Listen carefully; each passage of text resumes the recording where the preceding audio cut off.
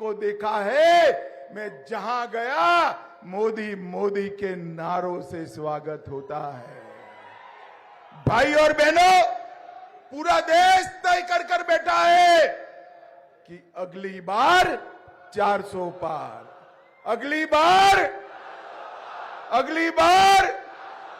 मगर मैं आज तेलंगाना आया हूं, तेलंगाना की जनता को 2 हाथ जोड़कर विनती करने के लिए और तेलंगाना के कार्यकर्ताओं का आह्वान करने के लिए।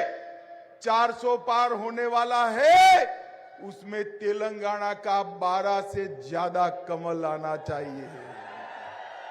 12 से ज्यादा सीटें तेलंगाना में भारतीय जनता पार्टी की हो और तेलंगाना को 75 साल के बाद इन निजाम की परछाई से दूर करने का काम तेलंगाना की सरकार। आज मैं तेलंगाना की जनता को कहने आया हूं, यहां 4 पार्टियां मैदान में है। एक कांग्रेस पार्टी, दूसरी टीआरएस, तीसरी मजलिस और चौथी भारतीय जनता पार्टी। भाई और बहनों, मुझे बताओ, टीआरएस, कांग्रेस दोनों मजलिस से, निजाम के प्रभाव से तेलंगाना को मुक्त कर सकते हैं क्या? जोर से बोलो, कर सकते हैं? ये दोनों मजलिस के एजेंडा पर चलते हैं। हमें लगा कि तेलंगाना की जनता ने कांग्रेस को मैंडेट दिया, शायद अब मजलिस का प्रभाव खत्म होगा। जैसे ही विधानसभा चालू हुई, आउट ऑफ वे जाकर सारे नियमों की धज्जी उड़ाकर मजलिस के नेता को टेम्पररी स्पीकर बनाकर कांग्रेस ने इनका सजदा करने की शुरुआत कर दी। ये दोनों पार्टियां हैदराबाद स्थापना दिन मना सकती है क्या? जोर से बोलो, मना सकती है क्या? सरदार पटेल का सम्मान कर सकती है क्या? नहीं कर सकते, क्योंकि ये वोट बैंक की लालच से डरते हैं। हम भारतीय जनता पार्टी के कार्यकर्ता वोट बैंक से नहीं डरते हैं। हम तेलंगाना के कल्याण और तेलंगाना के सम्मान को समर्पित पार्टी है। भाइयों और बहनों, ये तीनों पार्टियां परिवारवादी पार्टियां। कांग्रेस पार्टी, आप देखिए, जवाहरलाल नेहरू, इंदिरा गांधी, राजीव गांधी, सोनिया गांधी, अब राहुल गांधी, आगे भगवान जाने कौन गांधी। ये केसीआर के बाद KTR, KTR KCR, KCR KTR, और बड़े मियां तो बड़े मियां, छोटे मियां भी सुभान अल्लाह। ये मजलिस भी परिवारवादी पार्टी है। ये तीनों पार्टियों का लक्ष्य राजनीति में अपने बेटे बेटों का कल्याण करना है, बेटों बेटियों को कल्याण करना है। आप मुझे बताइए, जो अपने बेटे बेटियों के लिए काम करते हैं, वो तेलंगाना के किसान का भला कर सकते हैं क्या? जोर से बोलिए, कर सकते हैं क्या? तेलंगाना के ओबीसी का भला कर सकते हैं क्या? तेलंगाना के युवाओं का भला कर सकते हैं क्या? तेलंगाना के युवा, किसान, महिला और ओबीसी दलित का भला केवल और केवल भारतीय जनता पार्टी कर सकती है, नरेंद्र मोदी कर सकते हैं। मित्रों, ये दोनों पार्टियां, कांग्रेस और टीआरएस, दोनों पार्टियां भ्रष्टाचार में लिप्त पार्टियां हैं। मैं आपको बताता हूं, रेवंत रेड्डी मेरी बात का जवाब दे। अगर साहस है तो कल प्रेस कॉन्फ्रेंस कर कहे कि अमित भाई ने जो कहा वो गलत है। एक कांग्रेस पार्टी ने कोल ब्लॉक का घोटाला किया, कॉमनवेल्थ का घोटाला किया, 2G का घोटाला किया, शारदा चिट फंड का घोटाला किया, एयरसेल मैक्सेल का घोटाला किया, अंतरिक्ष देवास का घोटाला किया, लैंड फॉर जॉब में घोटाला किया, पंचकुला में जमीन का घोटाला किया, जम्मू कश्मीर क्रिकेट एसोसिएशन का घोटाला किया, एम्ब्रेयर में डील कर कर घोटाला किया, एयरक्राफ्ट में घोटाला किया, ऑगस्टा वेस्टलैंड हेलीकॉप्टर घोटाला किया, बोफोर्स का घोटाला। मित्रों, ये 12 लाख करोड़ के घपले, घोटाले और भ्रष्टाचार करने वाली कांग्रेस पार्टी और दूसरी ओर भ्रष्टाचार रचित समिति बीआरएस, मियापुर जमीन का घोटाला 4000 करोड़, आउटर रिंग रोड घोटाला किया, कालेश्वर परियोजना घोटाला 40,000 करोड़ का किया, कविता के नाम पर शराब घोटाला किया, सीएजी ऑडिट का घोटाला। अब मुझे बताओ भाई, हजारों लाखों करोड़ के घपले घोटाले करने वाली एक कांग्रेस पार्टी और टीआरएस तेलंगाना और देश का भला कर सकते हैं क्या? जोर से बोलो, कर सकते हैं? 23 साल हो गए नरेंद्र मोदी जी को मुख्यमंत्री प्रधानमंत्री रहते हुए। मोदी जी पर हमारे विरोधी भी 25 पैसे का भ्रष्टाचार का आरोप नहीं लगा सके। भारतीय जनता पार्टी ने, इस देश के प्रधानमंत्री ने भ्रष्टाचार मुक्त शासन कैसा होता है इसका एक उदाहरण सेट करने का काम किया है।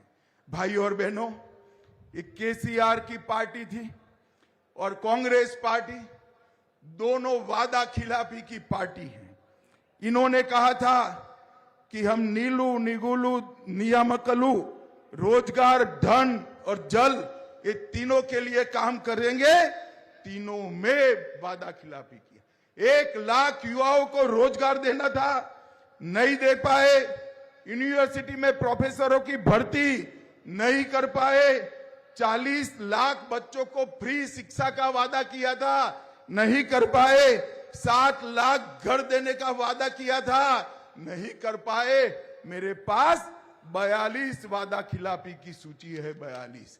और दूसरी ओर कांग्रेस पार्टी, मैं आपको कहना चाहता हूं मित्रों, कांग्रेस पार्टी ने भी इस देश के गरीबों को गरीबी मुक्त करने का वादा 4 पीढ़ी पहले इंदिरा गांधी ने किया था, मगर गरीबी तो मुक्त हो ही नहीं, गरीब और गरीब बनता गया। और मैं आज बताता हूं, मोदी जी ने ये 10 साल के अंदर 80 करोड़ से ज्यादा गरीबों को हर महीना 5 किलो अनाज मुफ्त में देने का काम नरेंद्र मोदी ने किया। 12 करोड़ से ज्यादा टॉयलेट बनाने का काम नरेंद्र मोदी ने किया। 4 करोड़ गरीबों को घर देने का काम नरेंद्र मोदी ने किया। 10 करोड़ माताओं बहनों को उज्ज्वला गैस देने का काम नरेंद्र मोदी ने किया। 14 करोड़ गरीबों के घर में नल से जल पहुंचाने का काम नरेंद्र मोदी ने किया। और 11 करोड़ किसानों को हर साल 6,000 रुपया ऑनलाइन भेजने का काम नरेंद्र मोदी जी ने किया। नरेंद्र मोदी जी ने 60 करोड़ गरीबों के जीवन में उजाला भरने का काम किया है। और साथ में मोदी जी ने हर गारंटी को पूरा किया है।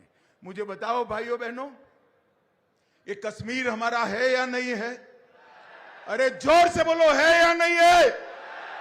धारा 370 हटनी चाहिए थी या नहीं हटनी चाहिए थी?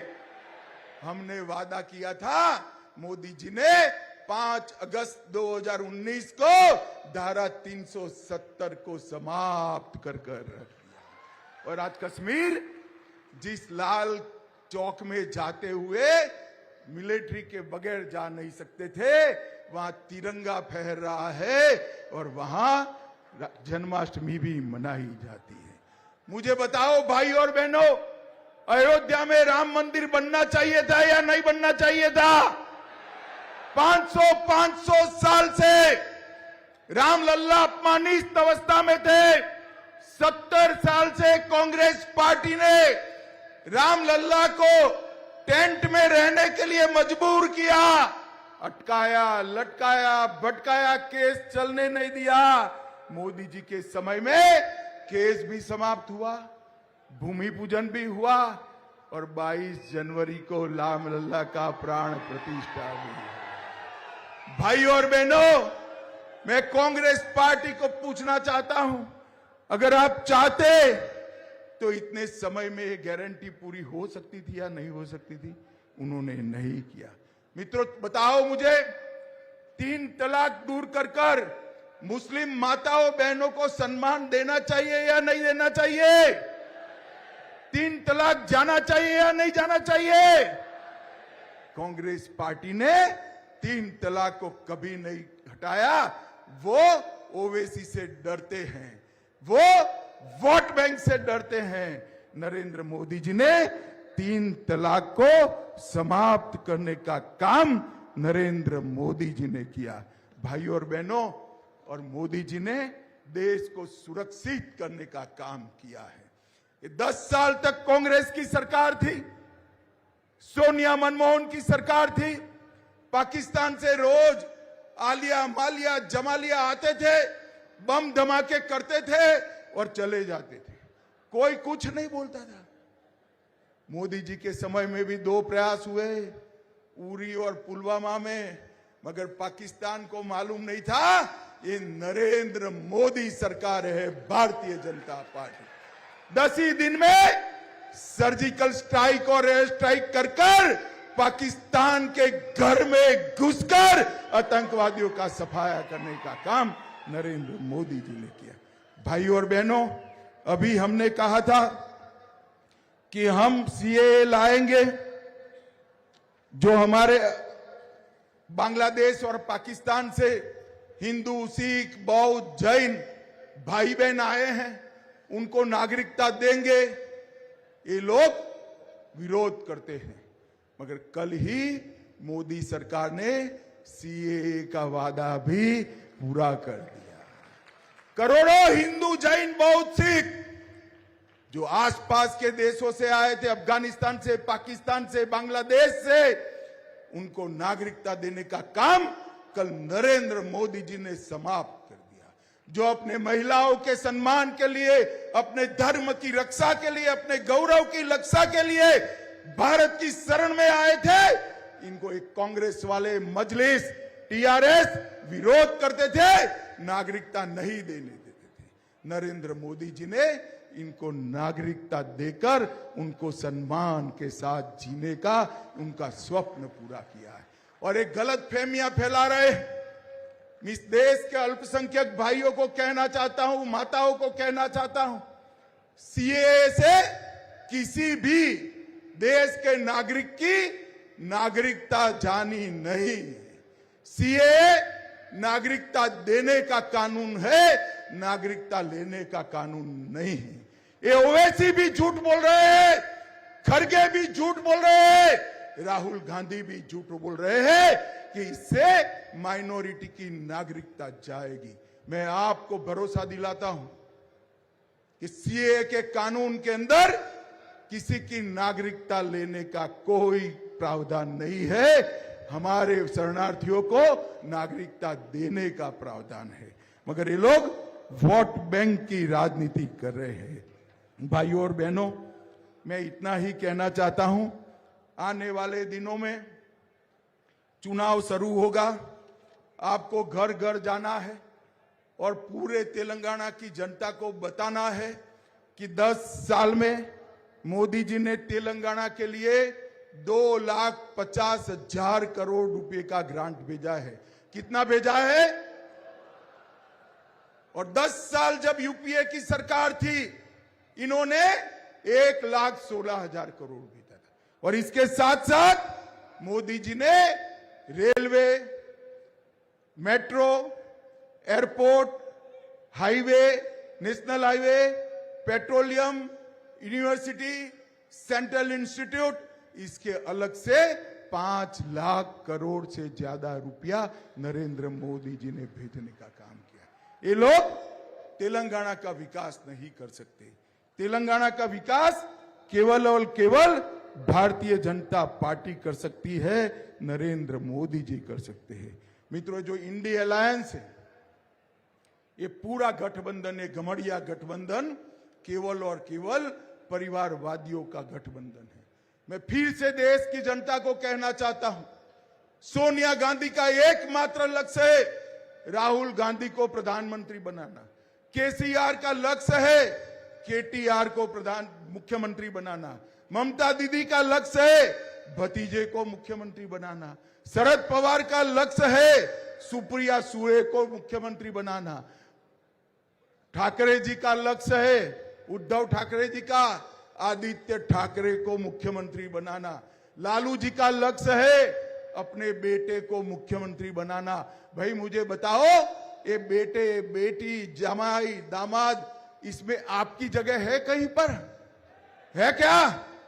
भारत के युवा की जगह है, भारत के किसान की जगह है, भारत की माताओं की जगह है, भारत के गरीब की जगह है। ये भारत के युवान, किसान, महिलाएं और गरीब के लिए कुछ नहीं कर सकते, वो अपने बेटे बेटियों के लिए राजनीति में है। भारत के गरीब, युवा, महिला और किसान के लिए केवल और केवल नरेंद्र मोदी जी समर्पित है। मित्रों, नरेंद्र मोदी जी ने पूरे देश को समृद्ध करने का काम किया है। भारत ने चंद्रमा के दक्षिण ध्रुव पर समग्र संसार में कोई वहां नहीं पहुंच पाया था। सबसे पहले भारत ने दक्षिण ध्रुव पर चंद्रयान पहुंचाया और हमारा तिरंगा फहराने का काम किया। G20 की समिट में दिल्ली डिक्लेरेशन से अपना कूटनीतिक परचम समग्र विश्व के सामने लहराने का काम नरेंद्र मोदी जी ने किया है।